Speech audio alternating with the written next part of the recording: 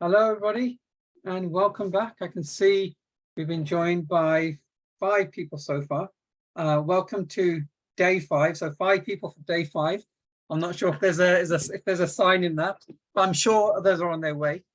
I'm just going to give it a few moments before we crack on with today's stuff. But I know you had a brilliant session yesterday with the lovely Andrea and the lovely Anne, and they took you through part of the journey. So I know whilst we're waiting for others to join, and before we get on, oh, here we go, more, I can see more people popping up. I know she left you with a challenge because I missed out yesterday, and I do feel like I missed out because I know what you've covered. I have watched the video, so I do know what was said. And I know exactly what was covered, and it's some of my favorite topics. But I want to know what you took away from yesterday, and that was the challenge that Andrea set for you at the end of yesterday, to tell me the answers to 3 specific questions. What, so what, now what? For those of you who are in the learning field, it's the Borton model, isn't it? The Borton model. What, so what, now, which I love. I think it's such a simple way to capture learning. So what happened? So what does that mean? And now what? So somebody tell me, what did you learn from yesterday? What did you learn that will stay with you? What were the aha moments? What were the key takeaways? So in the chat, that's what I like. That's the opening challenge to you before we crack on with day 5. Let me see what's coming up. Or you can come onto the microphones, totally up to you. I've missed your voices.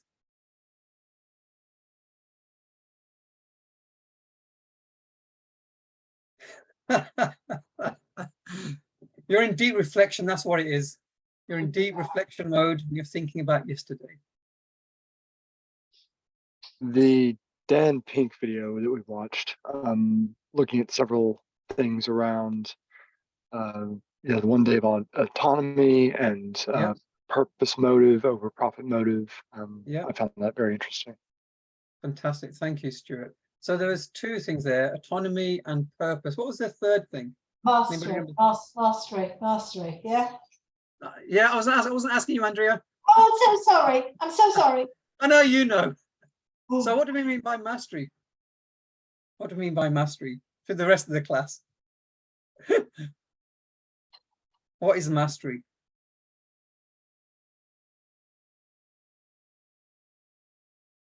And it's something you're doing right now, I guess, right?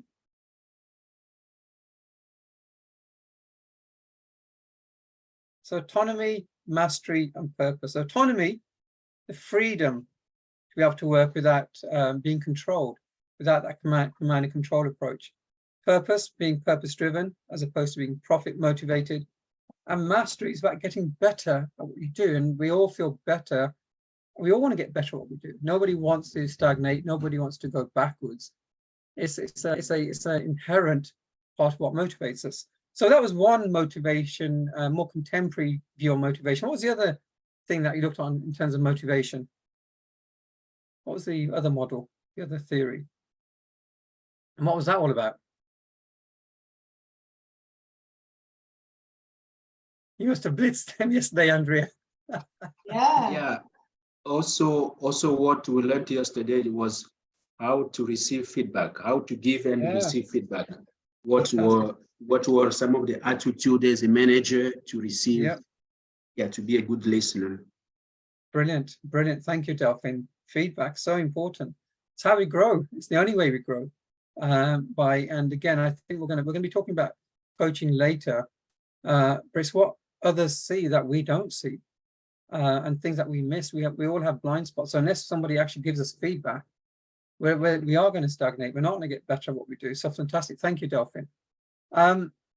Edson has said, repeat what the other person said and then respond to it. But do not think of your own answer while the other person is talking, as this will mislead you. Definitely. So actively listening to what's being said in the moment rather than listening to respond. Fantastic, Edson. Great summary there. Anything else? What else did you cover? There's one more thing that I know Andrea started with. What's the model? I'll help you out. It was the Hertzberg model. What did that involve, the Hertzberg model? looking at motivators and hygiene factors within a management structure, Brilliant. and what are the factors that we can change versus the Yeah, factors, like many of the hygiene factors that are more systemic and that are harder to change. fantastic. Thank you, Stuart. So hygiene factors, those things that if they're not put right, we grumble and complain, but if they're put right, they don't necessarily motivate us. They might get us happy for a short period of time, but they're not going to be world changing. So, and exactly that, you know, those things that are within our control mostly tend to be the motivating factors. And I've also got here the SBI model of feedback. What's the SBI? So thank you for that. What's SBI stand for?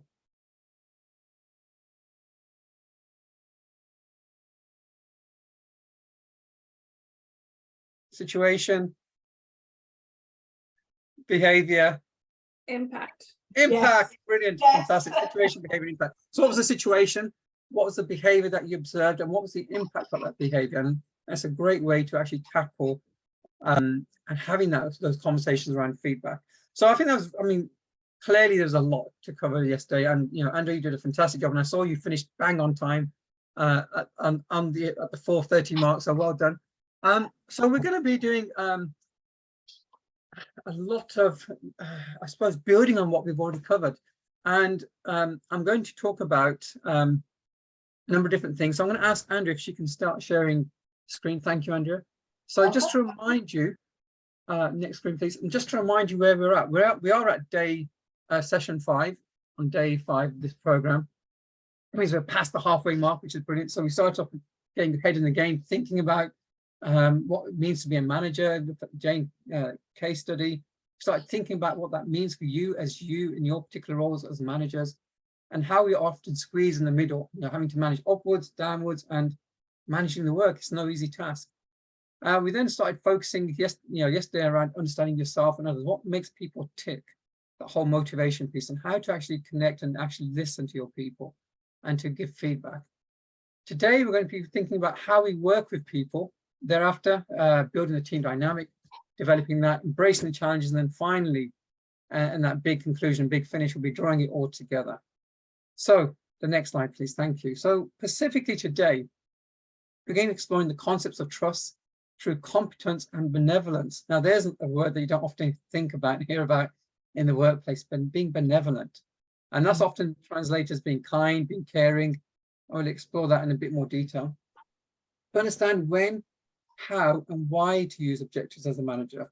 So when to use them, how to use them, and why we use them. Do they actually impact the work, and how do they impact the work? We're going to talk about good practice in delegation. It's something that perhaps all of us think we do, but I'm sure all of us would agree that we could perhaps do better. All of us tend to not want to let go of areas, especially if we're passionate about our work and we're passionate about the way things need to be done. And then finally, picking back up on this thing around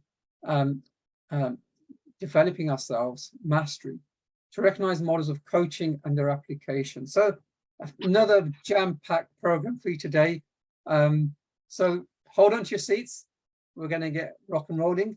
As always, we start on time, so thank you, everybody. I know a number of you are getting into the waiting room a few minutes early, and the rest of you are joining on time as well, so thank you for that. Please keep that up. We love it. And we'll do our very best to finish on time, so we respect your time as busy people. Again, be present throughout. Try to avoid those emails, try to avoid those. I know they keep coming in, the alerts and the notification on your phone. Give us your time. This is your time. So it's not actually giving us time, it's yourself the time, really. Because very often as managers, we don't get the time to think, we don't get the time to breathe, we don't get the time to reflect. So this is really investing in you. Do keep your cameras on. I love seeing you people. I've already said this on many occasions. As much as I like seeing Andrea and Anne, I like seeing all of you. So again, I know you've updated your name tags. Again, thank you for that. And finally, by all means, interrupt us, interject. This is not a a chalk and talk session. It is a two-way street. So talk to us, give us feedback, take on board what we've learned yesterday about feedback. Let us know what we're doing well, what we could do differently, what we could do better, and especially if we're going too fast. So I want to look at this picture, but first I want to have a call back to yesterday's session.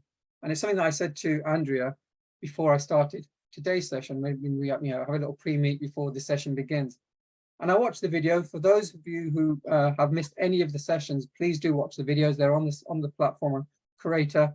And it's a great way to catch up. So I watched the video from yesterday, and I was watching it. I was explaining to Andrea, and I had to rewind it because she gave me a shout out where she said, she made reference to Shakil's one-liners as being a great way to summarize a point or to make a point. And that was really, one kind of Andrea to give a call out to me. I wasn't part of the session. She had no way of knowing I was going to watch the video. But it's the one thing I know when it comes to Andrea, that she's got my back. That if I'm in the room, she'll say good things about me. If I'm not in the room, she'll still say good things about me. And that's what trust feels like when somebody really has got you. It's a lovely feeling to have. And this picture is a beautiful picture where I'll be honest, I won't want to be the person at the top of the pyramid. I'd be quite happy to be one of the people at the bottom, because I think I've got a fair amount of size on me. I'd probably be willing to take the weight. But it's that, understanding that every single person in that pyramid has to feel they can trust each other and that they'll support each other and that no one is going to let them down. Because if one person lets them down, the whole thing collapses. So Gonza, very brave of you. You want to be the guy at the top. You're very welcome. If we were doing this in a live setting, I might take you up on that and see if our insurance covers us for doing such an exercise. But what I want to talk about is about before I get into this model, and you can leave the model up, we can, and I'll talk about the model in a second. I want you to think about who you trust and why. I've already mentioned I trust Andrea, and Andrea, I'm hoping trusts me. Who do you trust? And just in the chat, very quickly, just tell me, who do you trust? Who's the first person that you think of that you trust that comes to mind? Just in the chat. Wife, yeah, Gonza. Family. Family, my wife.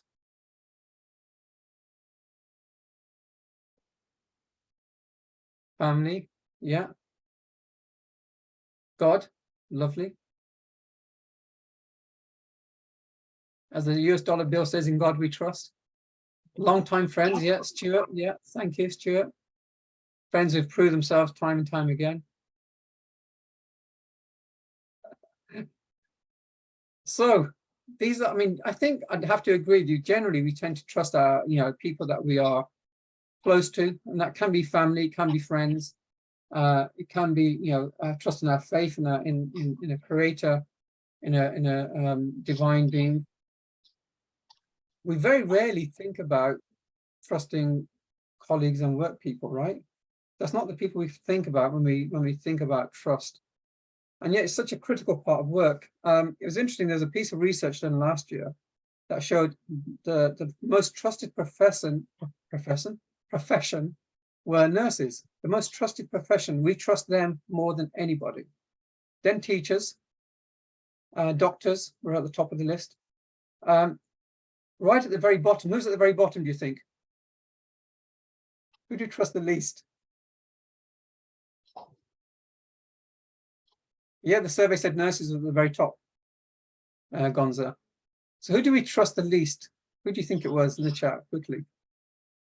Politicians, yeah, politicians, exactly. It was politicians. Salespeople, lawyers.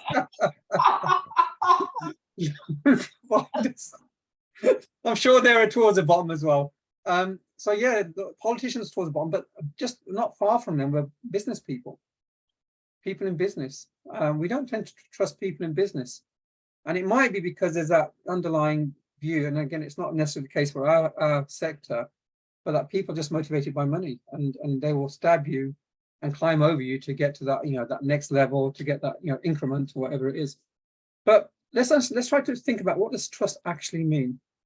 There's a great grid here, which I know you can see, where we look at benevolence and aptitude. So benevolence is the extent to which I believe you care about me and will continue to back me up. So that's where you have it's low at one end and high at the other end. So I already gave the example of Andrea. I trust Andrea. And that's because I do think she cares about me, and she will always continue to back me up. And the other part of the axis is aptitude.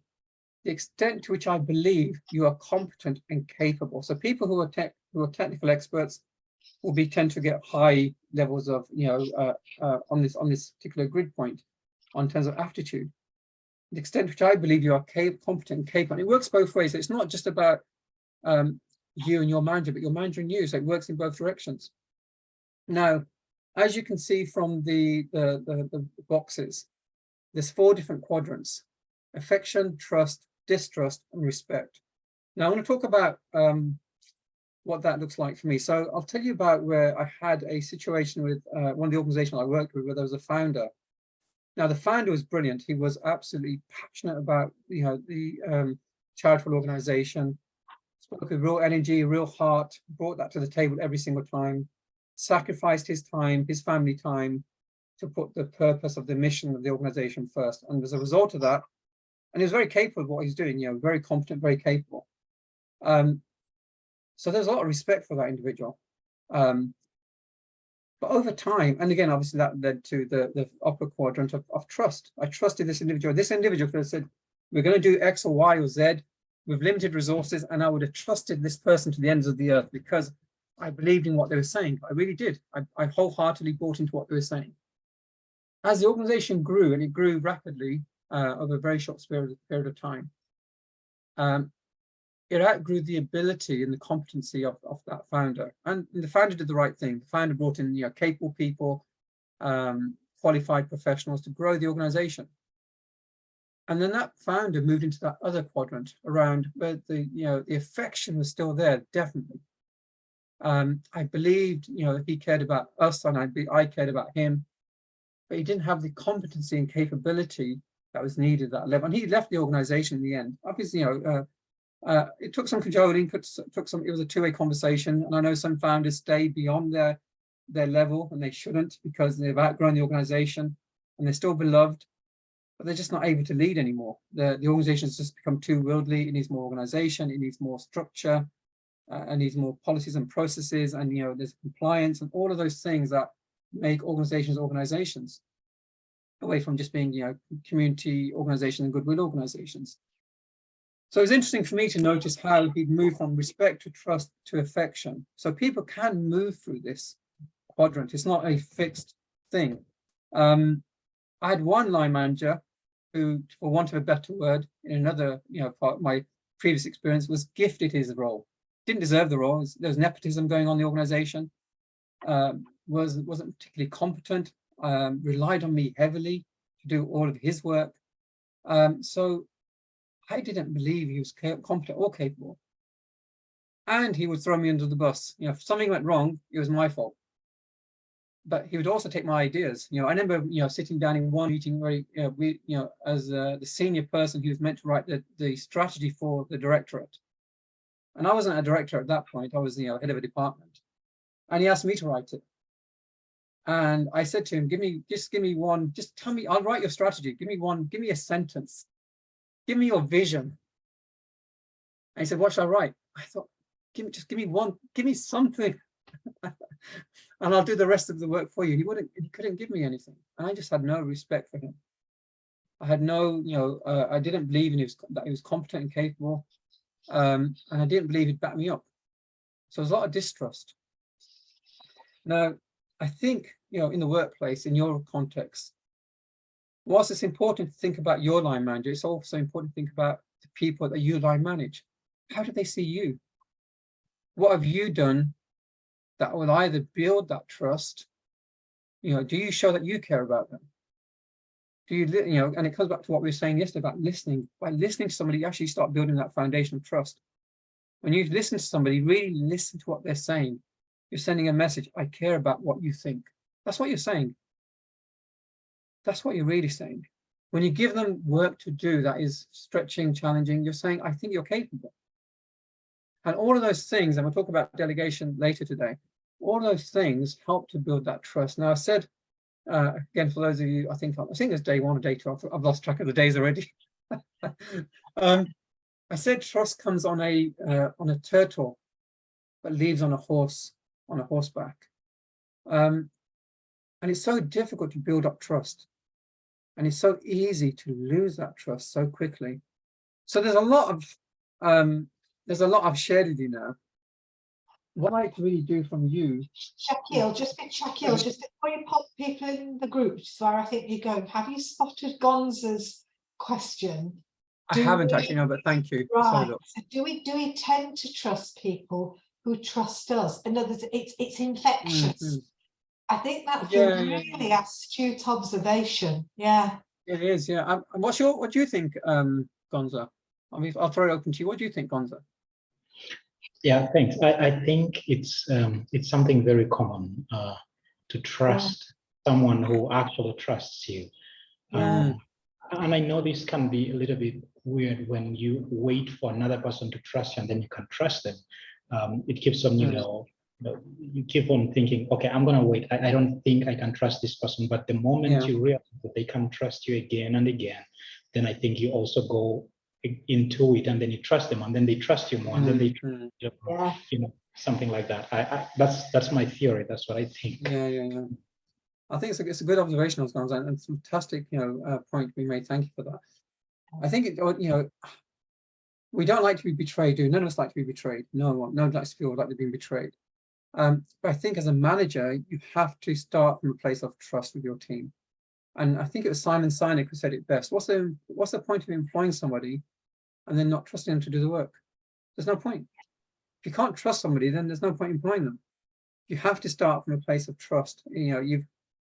And most of us would have been involved in recruiting our team members, or maybe we've inherited them. But either way, they've probably got to that point because they've got the qualifications, they've got the competencies, they've got the experience, they've got the mindset. If they're not now performing, the question is, what have you done wrong? Not what they've done wrong, what have you done wrong? I mean, that's not to say there's, we do get bad employees, that happens. There are some people out there who are not, great people, but I think the majority of people are. Most people want to do good work. Most people want to feel like they're doing something positive and contributing to an organization. Nobody likes to feel like they're just turning up. And, I suppose as a manager, if you can show that you're able to trust them, and even if they make a mistake, you don't go into that blame culture. You don't start holding them to task over a mistake. Because mistakes can happen to anyone. We've all made them. I've made plenty. That's how you learn, right? So I think it's a great observation. And what I do is pick up these thoughts, because I think it brings us very nicely to the activity that we're going to do now. And we're going to put you into a breakout room. So Anne, I'm going to ask you to work your magic. And what I like to do, I like to think about, what do your staff need from you to feel like they can trust you? What do they need from you? And also a follow-up question to that is, what's different now? 2-3 years ago, before the pandemic, what did that look like? Post-pandemic, working, I imagine many of you are working remotely, flexibly, different time zones, different hours. What does that look like now? What do your staff need from you now? What do they need from you generally, so they can feel like they can trust you? And what's changed and what's different from a few years ago? Or is it the same? Anne has very helpfully put those questions into the chat box for you. I've seen that as well, so thank you for that, Anne. So Anne, send them on their way, and you've got, I think, 7 minutes for this activity, is that right? Yep.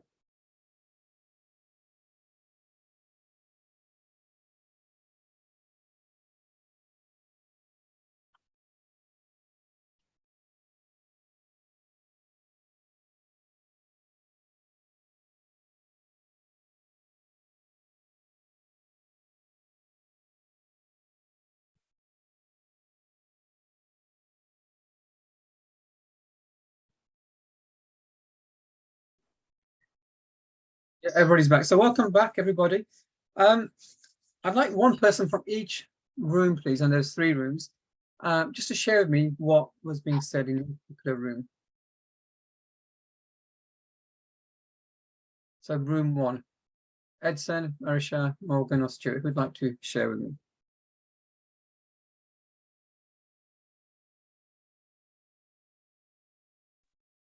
Sorry, I think we came back in here like right as you were asking the question. Could you repeat it? Oh, sorry. Yeah, I was just asking what went on in your particular room, and who'd like to share with me from your particular group? Sure, I can talk. So the first question about what's needed in terms of being a manager to build trust. We Yeah. talked a lot about communication, which is definitely a recurring theme throughout this training, both in terms of being honest and available as a manager to sort of open lines of communication with your supervisee. And then I really liked something Stuart said about giving credit where it's due. When managers sort of take credit for what their supervisee is doing, that definitely deteriorates the sort of rapport you have, which wasn't something that immediately came to my mind, but I like that Stuart said that. So anyone else in my group can jump in as well.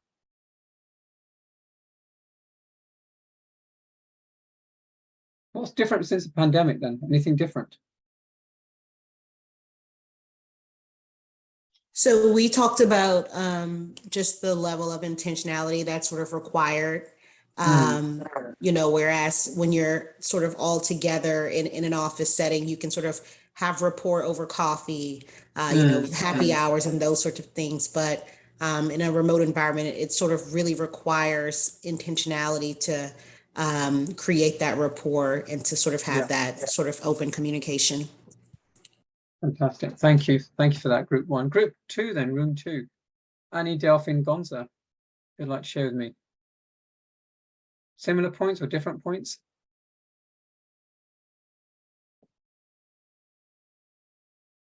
And if you're smiling first, then you go. If you smile first, then you go. Oh, there you did. So I think Delphine and Gonza were both. I smiled, I go first. I was smiling about what you said, Gonza. So no, I think a lot of similarities.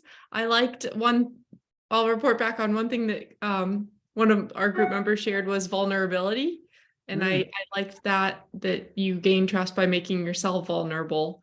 And yeah, just how with the pandemic, a lot of kind of the casualties in an office environment of yelling from one person to another, really collaborating in person have faded. But through kind of still taking the time to connect, be vulnerable, you can build trust. Yeah, fantastic, Annie, thank you. And then finally, room three, Emma, Frey, and Moise, and apparently me as well at one point. Okay, let me go first. Yeah, go ahead, Moise.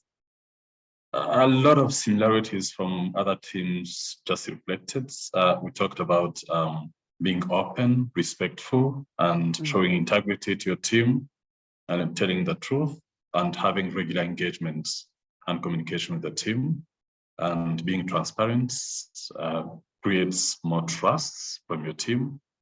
And when you compare it with the last 3 years when we had to engage with the team remotely, so in case, for instance, you delay in responding to emails and probably not being able to copy everyone on the team, so that may create a certain level of not missing trust on you. So yeah, and of course, yeah. So yeah, I think that's such a, I mean, I've seen that time and time again where you copy everybody in the email and all you're really saying is, I don't trust you. That's what you're really saying. I don't trust you to, you know, respond to me professionally. And it's not about, you know, and everybody doesn't need to know every part of the conversation. But it shows where the level of trust is. So if that's happening with any of your team members, then it might be an indication that there's work to be done. Something that I think was said by in the feedback from group one, I was trying to pick up on that because I was just thinking, reflecting. There was a time I remember, and I thought I was being a good manager. I'll be honest with you, I thought I was being a good manager, and I was multitasking. And I remember one of my direct reports coming in to talk to me, and instead of, you know, listening, we talk about communication being a key critical point. Instead of listening to what was being said, I was trying to multitask. So I listened, but I carried on working. I was in the middle of an email. I was drafting a very important, you know, in my head, a very important email. I set my priorities. I'm the manager, of course, right? Yes, I must be right, right? I was drafting this very important email. This, you know, direct report came in, and perhaps there should have been, you know, a bit of a, you know, I should have set the culture of practice. You know, can I just check, is this a good time to talk? He didn't do that. He just came and started talking. Yeah. So there's, you know, failing on my, you know, another failing on my part. As I said, I've made many mistakes. But what I did was I carried on writing the email. I didn't stop and look at the individual. And I was in my head, as I said, I was multitasking. I was being brilliant. I wasn't really being brilliant. I was being brilliant at being bad. And, you know, it took me a while to realize actually the message I was sending that direct report was, what you have to say is not as important as what I'm doing right now. That's what I'm saying to that person. I'm breaking down trust. And, you know, no surprise, I had issues with this line manager, you know, down the road. We had communication problems. We had, you know, a number of problems. At one point later, he raised a grievance against me. But if I was to go back and be honest and be very harsh with myself and be really honest, brutally honest, I set the seeds for that in those early sessions. And very often what we set the seeds for comes back and, you know, does bite us. So, you know, coming back to the trust element around benevolence, the message I was giving is, I don't care about you. So the response I got back was, I don't care about you either. No surprise. So anyway, I think we've come a long way as organizations. You know, command and control started with, you know, clocking in machines. All that we're saying is, we don't trust you to turn up on time, leave on time, do work at the workplace. If your organization still has clocking in machines and it's relying on them, I know I was working in one organization that did. That was the feeling. You don't trust us. So think about what all the things that we've talked about today. I know Andrea's going to take you on to the next part of the journey now and build on some of the things we've talked about. And she's also going to share with you a resource that she shared earlier, and I'll let her talk to you about that as well. So thank you, everyone. Thank you, Shaquille. So into the chat, when Shaquille was talking about the benevolence competence model, I put in there the source of that model, a book, and also a link to a PDF of that model. And it's actually an entire book called The Leader's Handbook by Peter Scholtes. Anne has also now very helpfully picked that up, so you don't have to scroll up through the chat, and you might find it helpful to go there. So that's how I will kind of round that particular piece for you before I now come back to sharing my screen. And it's not going to behave. Here we are. It's going to share the screen now, I think. Yeah, here we go. So you've just been in group work, and now what I want to do is to talk also with you around the importance and positioning of objectives. What do you think objectives are? I'm sure that many of you have organizations that have what we would call employee life cycles. So there are requirements that you meet with your managers. I can see some nods in the room, Ella, thank you very much. That you meet with your managers on a regular basis. It might be monthly, it might be at least every 3 months, it might be 6 months, and then there's normally an annual cycle where you look back over the whole year to see what the individual has achieved, and you look forward and you project to the next period and set some objectives. And look what I've got here as an image. It's a map, and that is what I think objectives are all about. It provides a map. And objectives are a way to manage expectations and build that trust. So agreeing those objectives and then giving people the space to go on and get on with them, that really will help with the trust. Objectives also do a number of other things. They ensure that you are both on the same page about what needs to happen, because it's captured, it's written down. Your direct report then builds trust every time with you, every time they then achieve it, because you think, yeah, great, they've delivered against it. So they are elevated in your eyes. They also build trust in you every time you don't micromanage them and you leave them to get on with the objective. So that signals even more strongly that yes, they can do it. And when it's done right, and you can both celebrate the achievement, the accomplishment of that objective, look at that relating back to what we were covering yesterday around motivation. So lots of really positive cyclical things around objectives. Now, a very typical format for setting objectives is indeed the notion of SMART objectives. I am pretty sure that's going to be a concept that you all know very well. And yet it's very easy to talk about, I'm just picking up my spotlight, here we are. very easy to talk about SMART, but actually I think it's much more difficult and challenging to really write a SMART objective. You'll also see that there are a couple of other letters added on here, which makes those objectives smarter. And I have down here in this left-hand column a number of keywords that start with the appropriate letter that therefore relate to SMART and smarter objectives. I'm actually going to be very confident that many of those are you are familiar with them. Specific in the writing, because when you two are you're sitting down with your direct report talking about what you need them to do, actually a strong tip is to write down the word to. So your objective is to, because that's going to force you to write down a finite verb in the English language. My recommendation is that the clearer, the more tangible that verb is, then the more specific it's going to be, and that gives that objective clarity. But you will also see for each of the letters, I have put in some other words that also start with the same letter as the line. And I think each of them has some merit and something to add to thinking. I think it's really healthy to give a number of objectives that are stretching. So if I reach now towards my camera, and it's almost as if the objective is just beyond my reach. I personally find that motivating. It gives me a bit of excitement. I want some things that are a bit more routine, but you want at least one or two of those objectives that stretch the individual. Sustainable. Sustainability has got to be a key word and a key focus for this century. Yeah. So actually thinking about where sustainability is pitched in your organization. The M is more often than not measurable. Now, that is fine, but it tends to drive us towards things that are countable, yeah, because measurement means counting things. And so actually you might also want to think about a SMART objective being motivating, exciting me as the individual, encouraging me to get out of bed and want to come and deliver against this.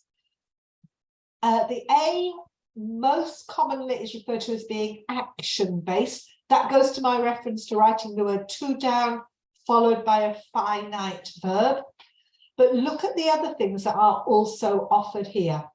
It should be achievable. I think that's so important. Don't set your staff members up for failure by giving them an objective that either they can't achieve because of their level of competence without more training and development, or that the circumstances are very fluid and therefore it's likely to change beyond recognition even before they've managed to achieve it. I think that's really unfair. So bear that in mind. So achievable, attainable, quite similar words in the English language. Appropriate to the organization, appropriate to the culture, the values of the organization. And then the agreeable, which means both parties, both of you can sign up to this objective. The R, the most common word is realistic, but I think what is so often missed out by the manager when having this conversation with the staff member is that they provide the resources to enable them to do it. It may be the resources of time, it may be the resources of budget, allowing that person to manage a budget that contributes to that. Relevant. Again, some of these things are slightly interchangeable and overlapping, so relevant to the organization. The T almost inevitably has something to do with time. Time-based, time-bound, trackable. You can see the progress towards it. Maybe even breaking a large objective down into subsequent steps, or allowing the individual themselves to identify the steps towards it. Look at how that's likely to support trust making between you. An objective should be evaluated, that both of you should sit down regularly and come back to it, take another look. Is me now having achieved this objective, delivering, making the contribution to the organization that it was intended.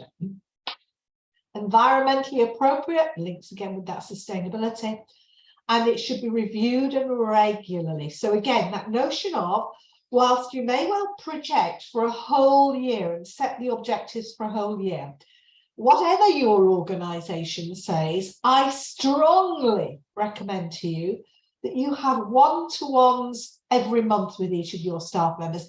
They don't need to take very long, particularly with someone who is very confident and competent, but you are touching base with them and showing interest in how they are achieving. And also it enables you to ask them the golden question: what help do you need from me, if anything, in order to achieve this? So review and regularly. Now, don't get bogged down in the detail of all of these other words, but have a look back. If your organization uses SMART or smarter objectives, what are your main action words that you use?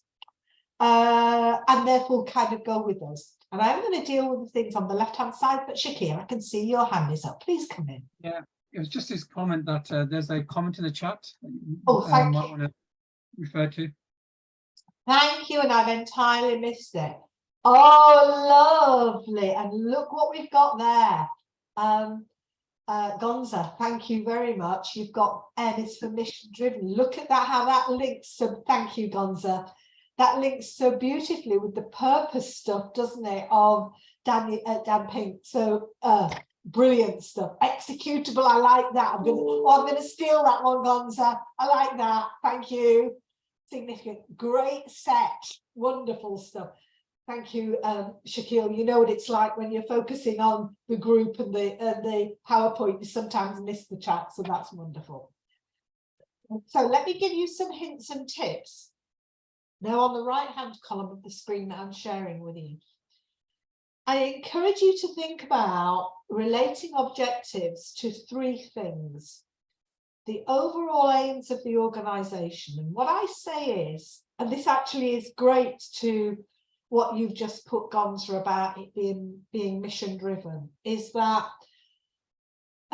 organizations like yours very often have mission and vision statements, and they are great. I love them, but sometimes they are so headline that it's quite hard for somebody to see where their day-by-day job fits into that big picture. So I often refer to us as managers as being translators. I told you, I think I shared with you at the start of this, that I'm a linguist. I speak another European language fluently. And that's where that translation, that interpreter comes in for me. So whenever I am approaching setting objectives with a team, I will look to see if we as an organization have refreshed our vision and mission, if we have a new set of organizational goals and strategies. And then I will run a team meeting and I will share that thinking with the team. And I'll send them away saying, you know, you've got your one-to-ones coming up with me where we're going to look at your objectives for the coming year. Now, and I open it up for conversation about what I've said about the mission, the vision, and the strategy. And I say, go away and have a think about how you would like to see your job contributing to that big picture. So look how I've just woven this in now about linking them to the aims of the organization. That then, a bit like a funnel, it cascades down to, so what are the team or the department's aims? And therefore, you need an objective that relates to what we more collectively as a team or department are going to do. So it is therefore possible that within a team where you have people who do very similar job roles, you might have more than one person with the same objective contributing to a team or a departmental aim. But what you should also have is this third area, very individual objectives which relate to the individual's level of experience. So my message here is mix it up. I am quite often asked, how many objectives is a good number for an individual staff member? I have seen people go away from those meetings with 8, 9, 10 objectives. It is too many. I actually would recommend 4 or 5 at the most, and not all sharing the same deadline of being complete this by a year ahead. A couple of them might be complete this within 3 months. And then at that 3-month point, you might be able to celebrate that and then add on a couple more within that year. So I also see this as a fluid and changing picture. And I can see now in chat some of your thoughts about 3 being enough, and I am entirely happy with that. Vary the focus where possible to include things like routine work. So that works quite well if in your team you've got people who might do fairly routine but important admin jobs, and it's quite hard therefore sometimes for them to relate what they do to the big picture. So actually acknowledging the importance of those otherwise routine jobs to that big picture. I always like to ensure that I give people who are growing in their thinking some projects and problem solving tasks. That's a great way of getting them to grow, and therefore that links in with some personal development aims. Shakil, please come back in, your hands up. Yeah, thank you, Andrea. So I was on the comments around a number and priorities of objectives. I had one line manager who once gave me about 50 objectives, and what would happen, I'd go to a board meeting and decisions would be made and that would be added onto my to-do list. And I had a very frank and honest conversation with my line manager, and I don't know if anyone's in this situation where I have to actually say, look, I can't do 50. I'm telling you now, I can't do 50, and I'm going to be dropping balls. And unless you help me prioritize what you really want me to focus on, then we're going to have a conversation a year from now, 6 months from now, and it won't go well. So let's have that conversation now, and let's be honest with each other about what you actually want me to do. And the other thing is, the other thing that perhaps might be something that you might want to try, if your line manager just keep adding things for you to do, is have that conversation at the time saying, okay, I can do that. What do you want me to stop doing? Yes. And that's sometimes a very powerful way to reorganize your priorities. Okay, I can do this, but what do you want me to stop doing? Yeah. What's the cost of that? Yes. Yeah. Yeah. So I just want to suggest adding that in.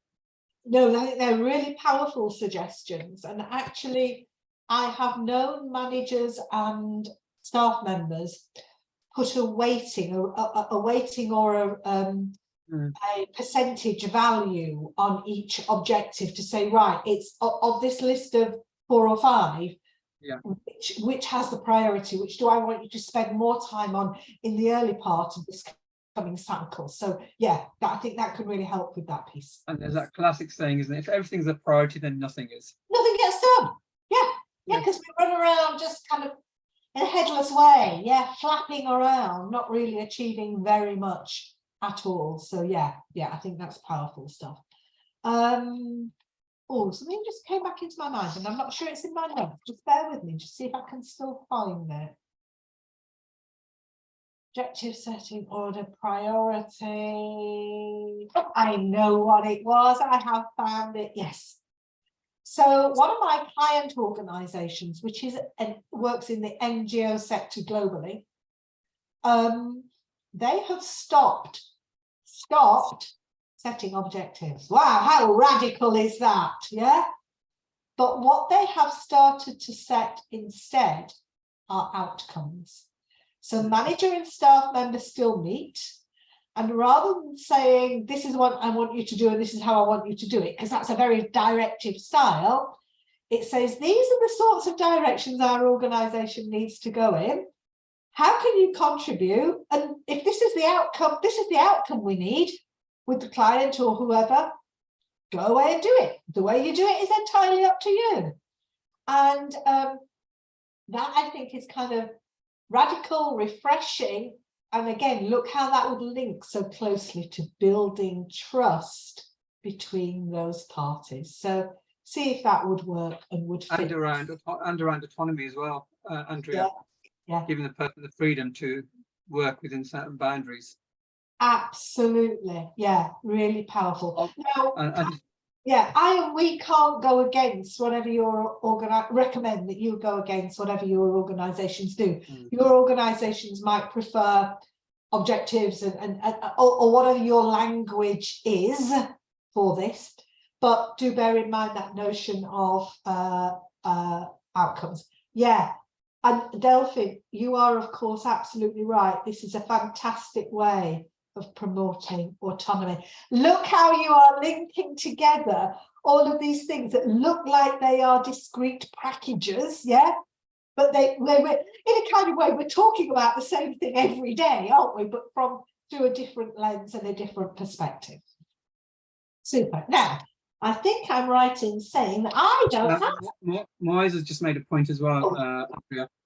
Yeah, to be more purpose-driven. Yeah, it comes back to the mission. Comes back to what I loved about Gonza's words for the letters, yeah, his mission in there, yeah. So some absolutely fantastic stuff.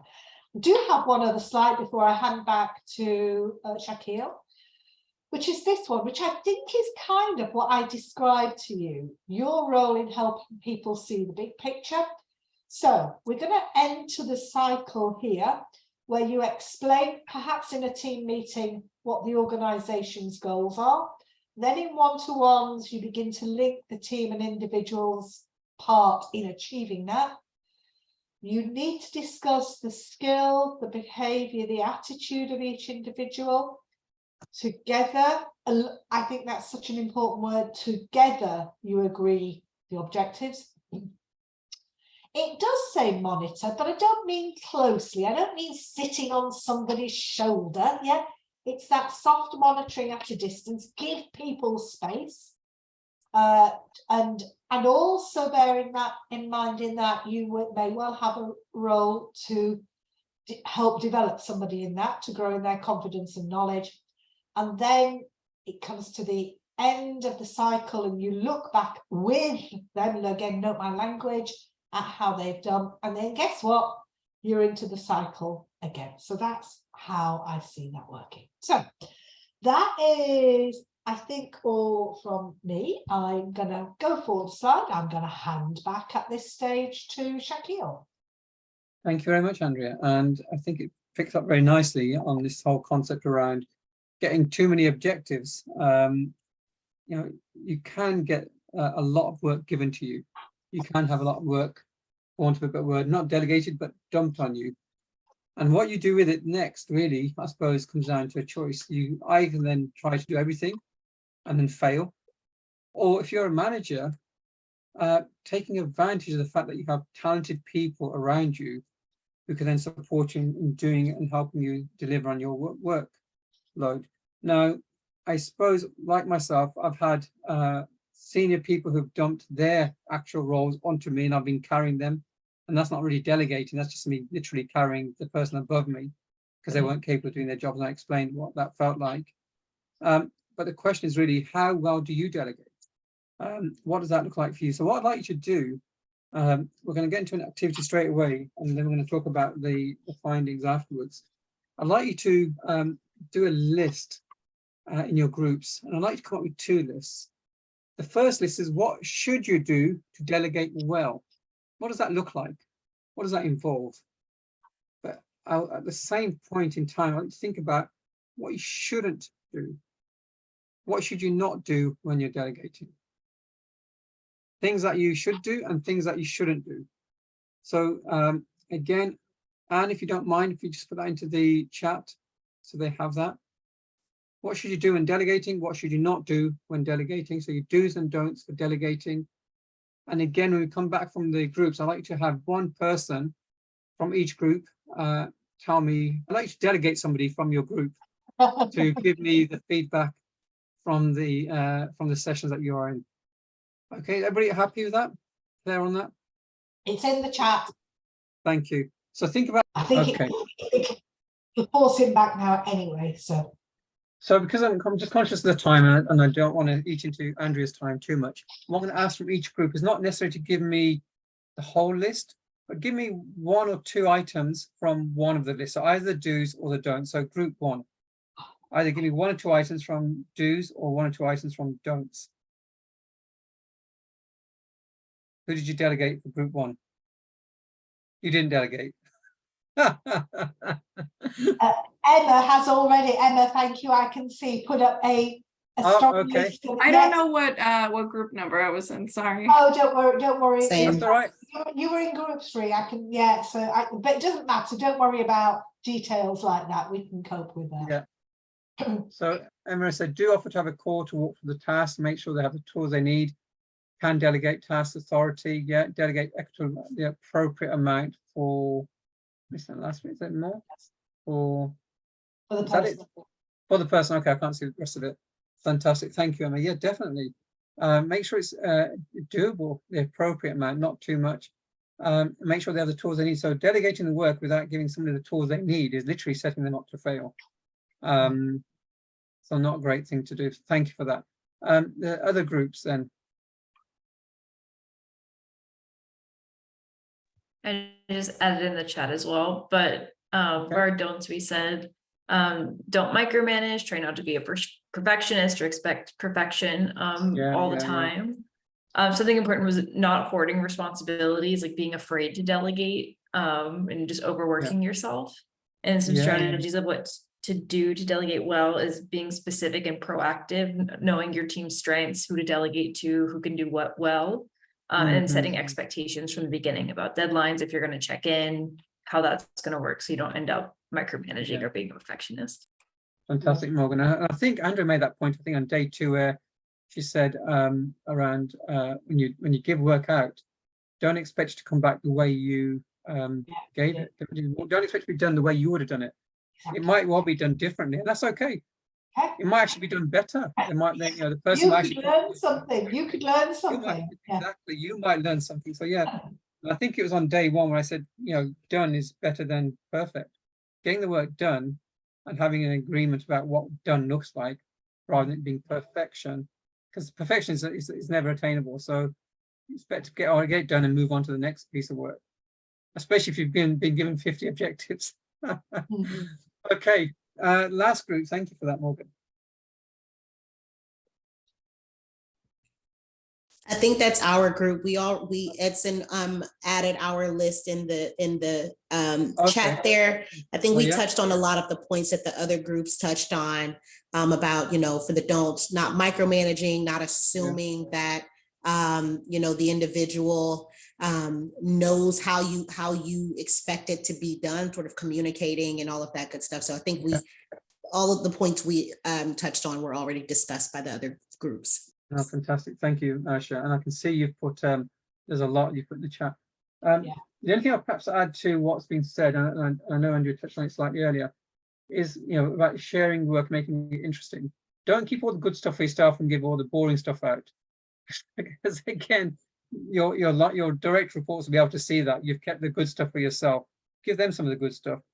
Give some of them the exciting stuff, and you'll find that pays dividends.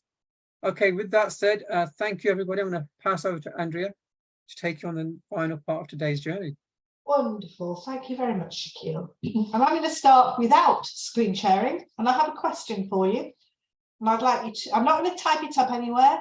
I'd like you to listen, and I'd like you to put your answers into the chat box, if you will. So the question is, apart from this workshop, what was the last training and development that you had?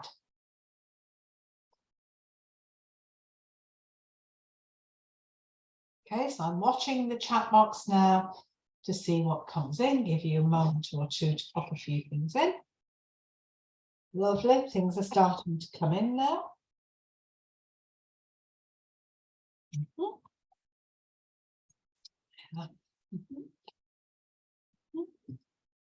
I'm just watching at the moment, just waiting to see a variety. So there's no rights or wrongs in your answer, of course. I'm just watching to see what arrives. So please feel free to carry on popping things in. Right, so I'm now going to ask you a different question, and that is, precisely what was my original question? So see if you can type that into the chat box. Precisely, what was my original question?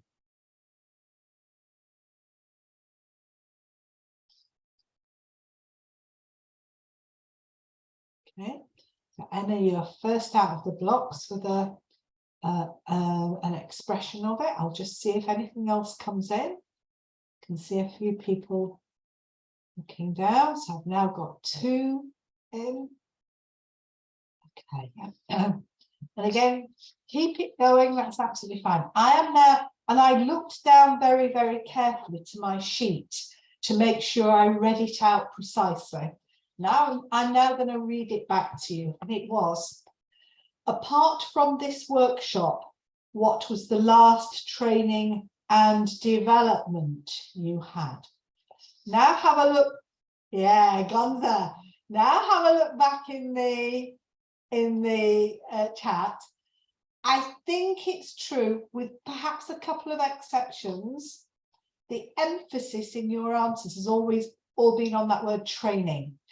Somehow along the way, we've all been trained to only value training where there's a room, a flip chart, it's now done on Zoomland or Teams, and somebody who engages with you and tells you. You're not telling me that's the only way you learn. You learn through all sorts of different ways. So keep it going now in the chat box. And I'd like you to finish this sentence. Again, still without me sharing the screen. And it has started, I have to say, there are a couple of examples of this already up there, but I learn by. So have a go at completing that answer for that question for me, or that sentence. I learn by. Let's see what starts to come in. Oh, you absolutely, yeah. You filled this up beautifully. Yeah. Yeah, that's it. You see, you've got it. You know the answers. Yeah, you know this, right? So you've now been putting in things like doing and asking questions as I go if needed, experience, writing, seeing, doing, reading, listening, asking good questions. Yes, yes, yes, yes. Learn by experiencing, discussing in small groups, which is the sort of thing we do here. Right, fantastic. You've got the idea of this. I'm now going to start screen share. Yep. Andrew, you need to see Stuart's last one. Oh, Stuart, you've just stolen my next slide. Thanks.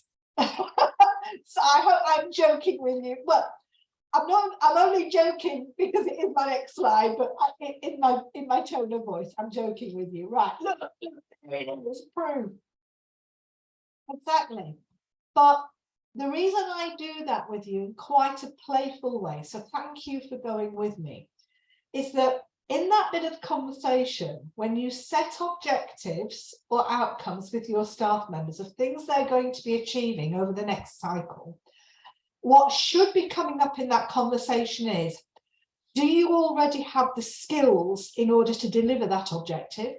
And if the answer is not, what training and development do you as a staff member need? And I will bet anything that the answer that comes back will tend to be about, I need a training course, whether it's face-to-face or in a room like this. But we all know that training courses like this come with a price tag, a dollar sign, whatever currency you operate in, that your organizations might not always be able to fund. And the other factor for me is that simply going on training doesn't mean people will always absorb it, learn it, and apply it. And actually, with the screen I'm showing you right now, the 70-20-10 that Stuart you referenced, remembered, I mean, I'd already used this, I think, on session 1. The formal learning, that training part, is really only a tiny smidge, tiny little slice of this pie. The informal learning and the on-off the job is all of the other stuff where we learn. So when you're in that conversation with people, I really want you to start to get people to think more broadly about, so I now have a new objective. It's leading a small project. I've never done this before. So actually, is there somebody else whom I could go and shadow, or whom I could go and talk to, or who could mentor me, or a book I could read, or I'm going to go and surf the internet and find out some information and models and see if they help me. So I want you to encourage that enormously, if you will. I think my slide is slightly out of order here, so I'm going to go back. Yeah, right. Yeah. So there was the question I asked. And I often think then, as I think we've illustrated by the conversation, that it's like a nice. Andrew, we can't see your slides.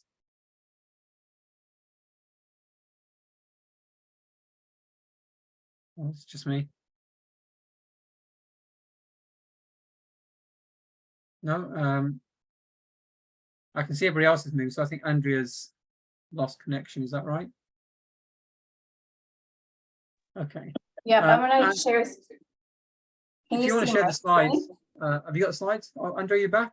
Oh, I am You're back. back in the room yet. So Right. we lost you. We couldn't see the slides, and then you froze. Right. I wondered if I had been lost, but am I moving again for you now? No, can't see slides. Right. Okay. So let me come back. Hang on. I now need to manage my screen, which is now not. Okay.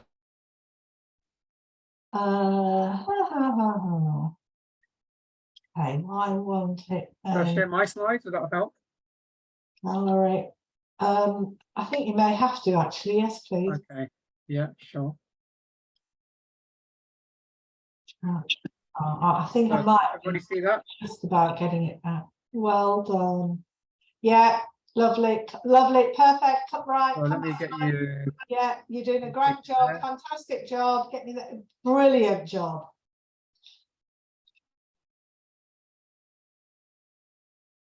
Right, and if you are able to put wonderful, fantastic, thank you so much. That is really, really, really helpful. Sorry, jumping around a bit. So no, hold it. In fact, hold it on that 3 pictures of brains in various formats, if you will, for me. Wonderful, excellent. We're working well together, I hope, as a team here. So what I want to do is to link what you're now seeing to what we've just been covering and that conversation with your staff member. The 3 pictures that you're looking at are kind of very similar in many ways. So can I draw some differentiation for you? And I am also going to be watching our time right now. So on the left-hand side, I'd like you to associate with that picture of, a brain, the synapses sparking off. What is most important to your staff member? I think that's a really great question to ask of your staff members in one-to-ones. So what is most important to your staff member? The middle one, because you can see it looks like grass and green growth, I hope. How do your staff members want to grow their professionalism? Because by having that discussion helps you to identify with them the training and development that might most be suitable. And then that last image on the right-hand side, where you've got all of these smileys coming out of the head, yeah? So here, the question I'd like you to associate with this is, how do your staff members like to get feedback and recognition? And that again links very neatly back to so much of what we've been doing around motivation, I think. So I am super aware that I've got around about 7 minutes left. Because of that slight break, could you go to the next slide, Shakil, which is what is coaching? Because within the pictures that I've just been, I hope, engaging you around, one of the very important roles that we have as a manager is either coaching our staff members or arranging for them to be coached by others who have the expertise and insight. And essentially, coaching is about enabling people to learn while they are on the job. And some of the things that I was seeing in chat are really powerful as part and parcel of that, which is using insightful questions with individuals to help them get to the answer about what they need to do in order to deliver an objective, etc. So coaching them through the process. I'm not going to send you out into group work at this stage. Theoretically, there might have been one other one, but I'm going to point you in the direction of the workbook instead. And in the 5th session section of the workbook, towards the end, you'll find a small open window, which is around coaching. And you are asked in there to identify who in your work life has been your greatest coach. Now, actually, I don't mind if it's easier for you to, if any of you are kind of madly into sport and you've had a great sporting coach, think about them as well. That's just as valid, just as relevant. And then the next box, having identified who that greatest coach has been for you, is to think about what their top 5 skills are as a coach.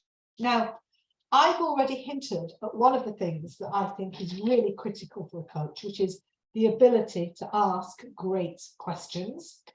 So into the chat box right now, could I ask you, even without formally doing that exercise right now, because I want you to go away, if you will, please, and do it in your own time. Could you, into the chat box, nevertheless, just put in a couple of top tips, if you can, each, about what makes a great coach? Asking questions is something I would say. Let me just see what comes in. So I'm watching the time as well, because my screen has slightly broken down on me, which I'll recover later. So see what comes in.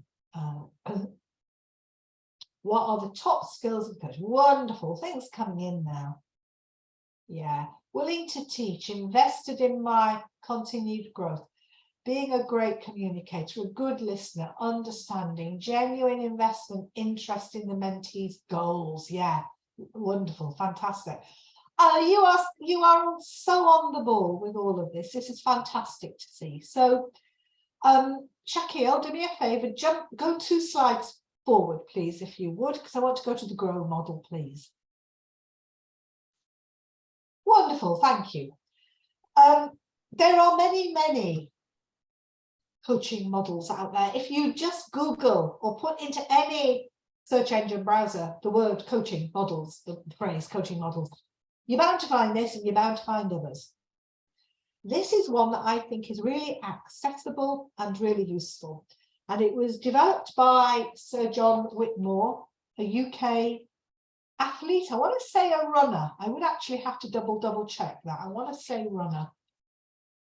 And he now has a professional coaching practice, but he works as much in business as he does in sport.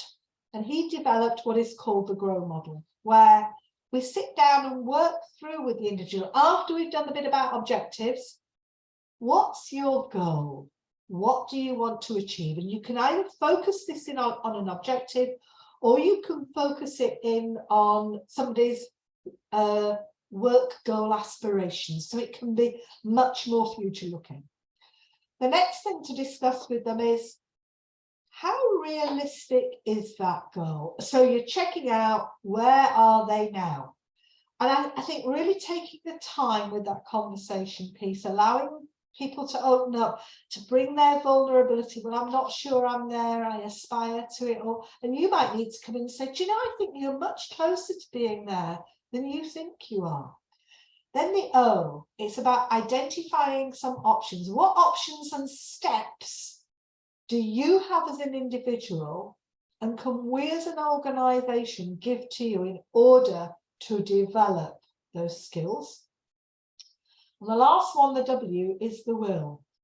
Which choice of those various options, because again, you don't want people to try too many things all in one go.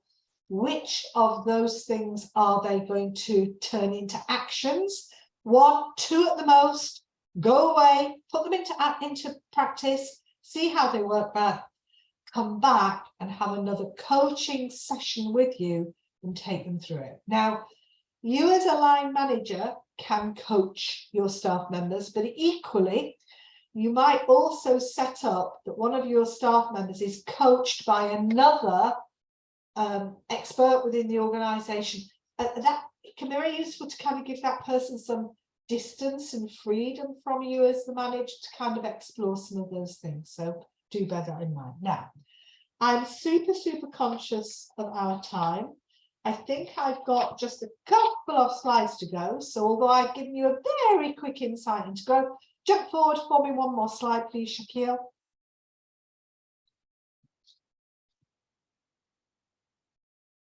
Thank you, perfect. So Hersey and Blanchard, because you can see that many of the things that we've been looking at, although we introduced this model to you 2 or 3 sessions back, we actually keep dipping into this as a picture. And now I've been referencing coaching, where we need to give people perhaps quite a bit of direction, but also we need to give them much more support in the conversation, and the GROW model can help do that. But equally today, Shakira has been working with you in the do's and don'ts of delegation. So I hope we've been giving you more and more insights into all of these. The next slide is about reflection. You now know the what have we done, so what next series of questions, because I introduced that to you last time. That's what I'm going to ask you to take away. And when we meet tomorrow, we're going to be working on building the team dynamic. And I'm pretty sure, yes, we're going to come back to the Hersey and Blanchard model yet again. I think I am 1 minute over the hour, the 90 minutes. Still 4:30. Thank you so much, everyone, for today's session. Superb input from you all. Thank you so much. Have a good rest of the day, and we'll see you tomorrow.